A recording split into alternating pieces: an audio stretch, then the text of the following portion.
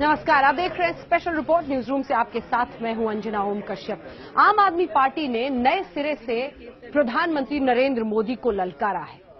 वैसे बात तो होनी थी 2 करोड़ कपिल मिश्रा के आरोपों पर, लेकिन विधानसभा में आज ईवीएम का लाइव डेमो हैकिंग का करके आम आदमी पार्टी ने कह दिया, सिर्फ 3 घंटे पहले गुजरात के चुनावों के ईवीएम दे दो, एक एक सीट पर हम ही जीतेंगे।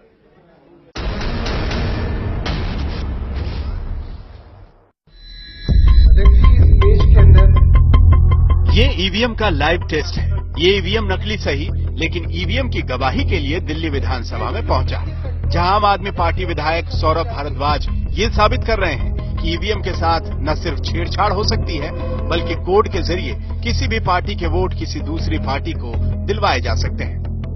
आज इस सदन के माध्यम से मैं दिखाना चाहता हूं कि इस प्रजातंत्र की नींव ऐसी मशीनों के ऊपर टिकी हुई है जिसको मेरे जैसा एक साधारण इंजीनियर भी 10-15 दिन की मेहनत के बाद जहां वोट डलवाना चाहे वहां वोट डलवा सकता है। यह हम अभी इस सदन के सामने साबित करेंगे। विधायक सौरभ भारद्वाज ने ईवीएम जैसी मशीन से विधानसभा में लाइव टेम्परिंग का लाइव डेमो दिखाया। सौरभ भारद्वाज ने ईवीएम के जरिए वोटिंग करनी शुरू कर दी।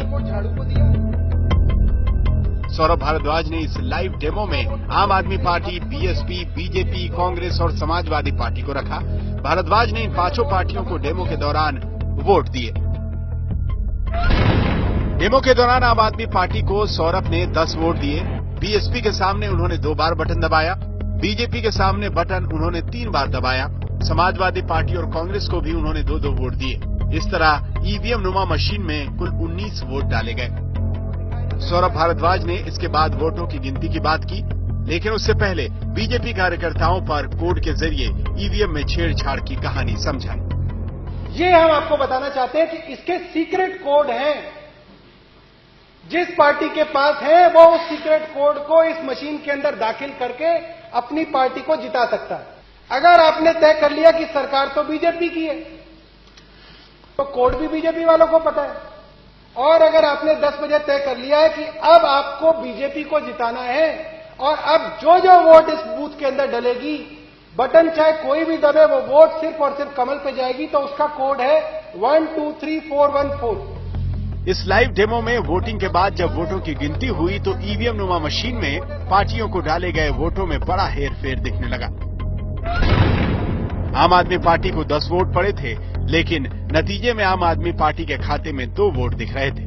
बीएसपी को 2 वोट मिले, नतीजे में 2 वोट ही दिख रहे थे। इसी तरह कांग्रेस और समाजवादी पार्टी को भी 2-2 वोट मिले थे।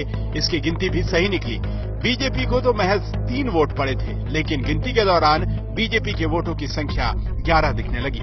सौरभ भारद्वाज के मुताबिक आम आदमी पार्टी को मिले 8 वोट टेम्परिंग के जरिए बीजेपी के खाते में चले गए।